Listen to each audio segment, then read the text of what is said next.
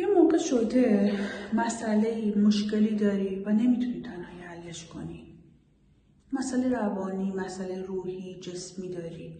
برای مسئله روحی بهتره به روانشناس یا یک کوچ حرفه‌ای مراجعه کنی و با اون مسائل رو حلش کنی. به مسائل قدیمیت و اون مسائل قدیمیت رو از خودت لایه‌هاشو برداری و خیلی خیلی راحت میتونی اون مسائل و اون مشکلات رو با کمک کوچ یا روانشناس حلشون کنی و این دید رو بگیری که اونا میتونن به تو کمک کنن و تنها خودت نیستی به خودت کمک کنی.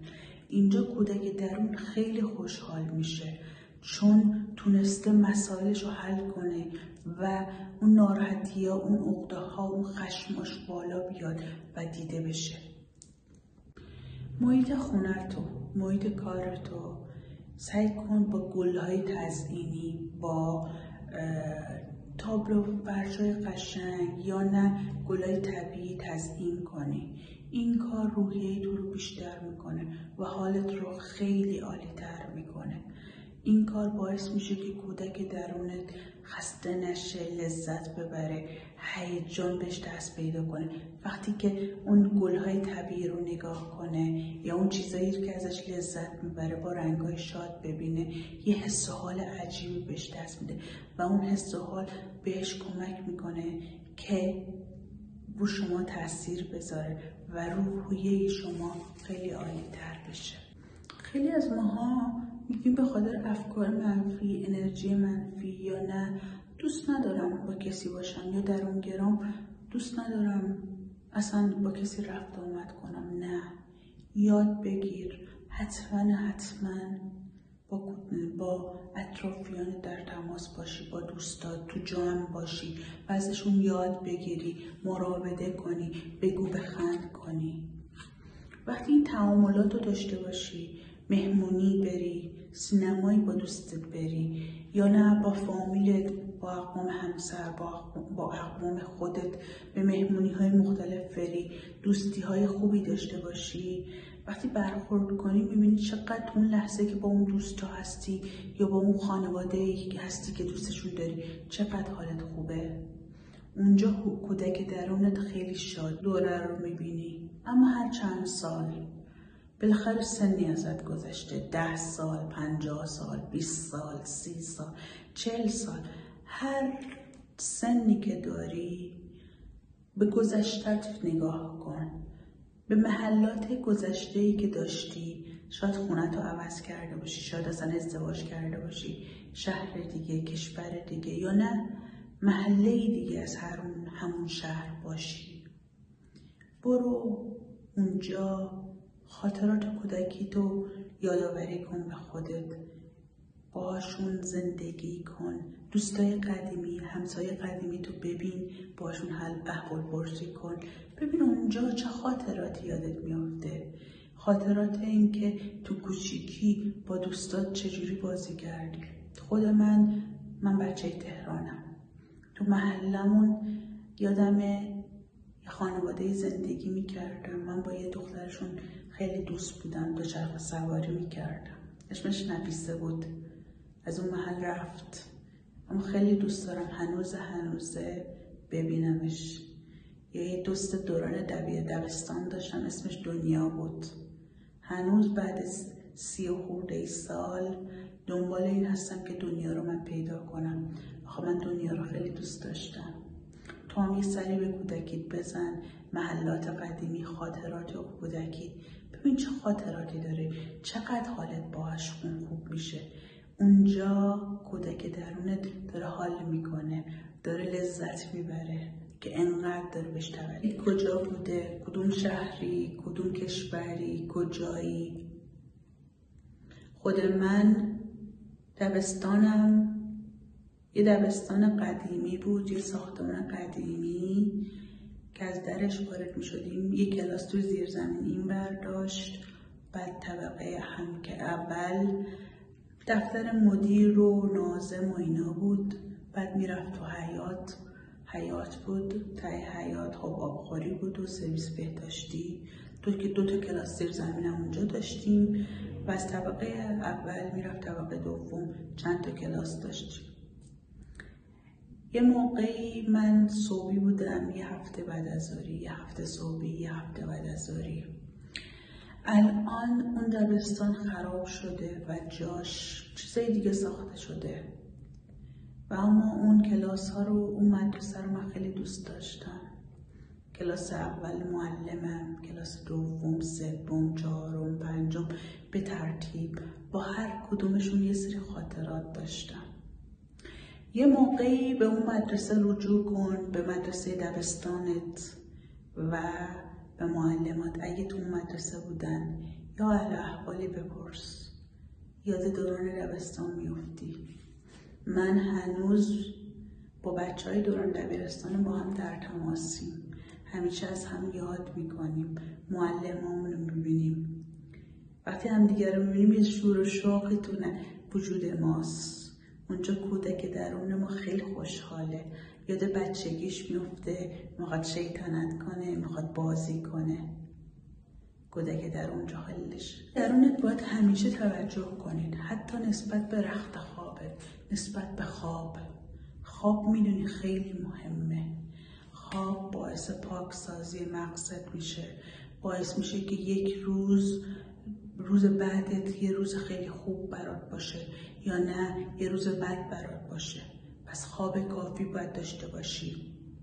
وقتی خواب کافی داشته باشی یعنی به کودک درونت احترام گذاشتی، نیاز اونم دیدی.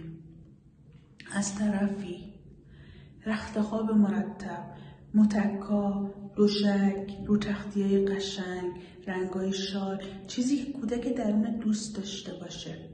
وقتی اینا مرتب و تمیز باشه کودک درونت به وجد میاد و راحت تر میخوابه. اما تصور کن یه رخت خواب شلخته، کثیف، رنگ تیره، خودت چه حسی بهت دست میده که کودک درونت اون حس داشته باشه؟ پس چه بهتر یه رخت خواب مرتب، یه رنگ ملایم، یه اتاق خوب که راحت بخوابی در کنار کودک درون. باید تو محیطایی باشیم که شادی، نشاط، شوخ طبعی و جوک باشه. حتی سعی کنید با دوستانی رفت آمد کنید که شوخ طبع باشن، سرزنده باشن. این باعث میشه که کودک درونتون حالش خوب باشه. خود من سعی میکنم با دوستانی بگردم. یه دوست خیلی خوب دارم که خیلی ساله باش دوستم، شاید 20 ساله. این 20 سال پر از خاطرهای خوبه. یه سفرهایی که با هم رفتیم، حس و حالای گردش و طبیعت، جاهایی که با هم رفتیم، اطراف ایران، دور ایران رو گشتیم و باعث شده که کودک درونم با دیدن دوستم، با دیدن عکساش به وجد بیاد و حالش خوب باشه. تو چی کار میکنی برای این که کودک درونت به وجد؟ مادر بزرگ داری؟ پدر بزرگ مادری یا پدری؟ مادر بزرگ مادری یا پدری؟ با کدومشون خاطره داری؟ یه عکس ازشون تو کیف پولت بذار، یا نه عکس خاله، دختر خاله، عمو، عمه، دایی، عکساشونو بذار تو کیفت و یادآور این باش که چه خاطراتی تو کوچیکی با اینا داشتی. من خودم یادم دختر خاله‌مو، یه دختر خاله دارم که الان آلمان زندگی میکنه. من خیلی تو کوچیکی دوستش دارم، ولی تا الان هم دوستش دارم. اما یادم من خیلی به این علاقه داشتم نسبت به دختر خاله‌های دیگم و بعد یه شب یادمه لباسش خونه ما جا مونده بود، رفتم بغلش کردم، گریه کردم، گفتم من اینو میخوام، لطفا زنگ بزنید بیاد. کوچیک بودم، 4-5 سالم بودش. الان که یادم میفته، یاد اون خاطره میفتم، خیلی ذوق میکنم که اون بچه کوچولو چه با احساس داشته نیاز رابطه داشتن با کسی دیگه ای رو میگفت. مادر بزرگ، خاله، دایی، کسایی که یادآور خوشی کودکیتن، میتونی عکس اونا رو تو اتاقت بذاری، شبا با یاد و خاطرشون، نه یاد و خاطرشون که خدایی نکرده فوت کرده باشون، نه، خاطراتی که ازشون داری، از خاطرات کودکی که با اونا وقت گذروندی، داشته باشی. ببین اونجا چه حس و حالی داری، چه انرژی داری، اونجا حالت خوبه. در نتیجه این عکس رو حتما کنارت بالا سرت تو اتاقت داشته باش که یادآوری کنه و صبحی که باز میکنی چشاتو اونو ببینی، خاطرات کودکی تو ببینی. خود من پدر بزرگ و مادر بزرگ پدریمو وقتی که هنوز به دنیا نیامده بودم از دست دادم. پدر بزرگ پدریمو از دست دادم. مادر بزرگ پدریمو. پدر بزرگ مادری من خیلی سال پیش، یه مادر بزرگ مادره یعنی مادرم، ایشون چند سال فوت کردن، اما من باشون خاطره زیاد داشتم.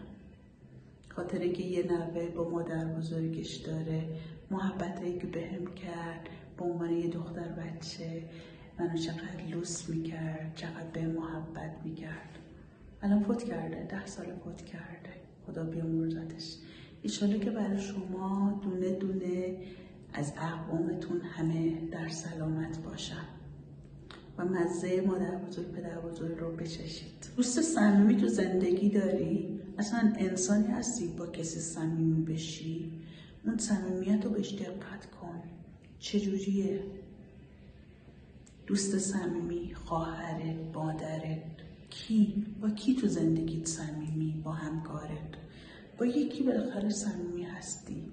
وقتی با کسی صمیمی هستی یعنی باهاش احساس راحتی میکنی، یعنی کودک درونت بهش وصله، یعنی 2 تا کودک درون شماها، چه دوسته چه هر کی، بهشون نزدیکه و وقتی به هم نزدیک باشه خیلی با هم دوست دارن در تماس باشن و حالشون خوب باشه. و سعی کن با دوستای صمیمیت بیشتر وقت بگذرونی تا کودک درونت حالش خوب بشه.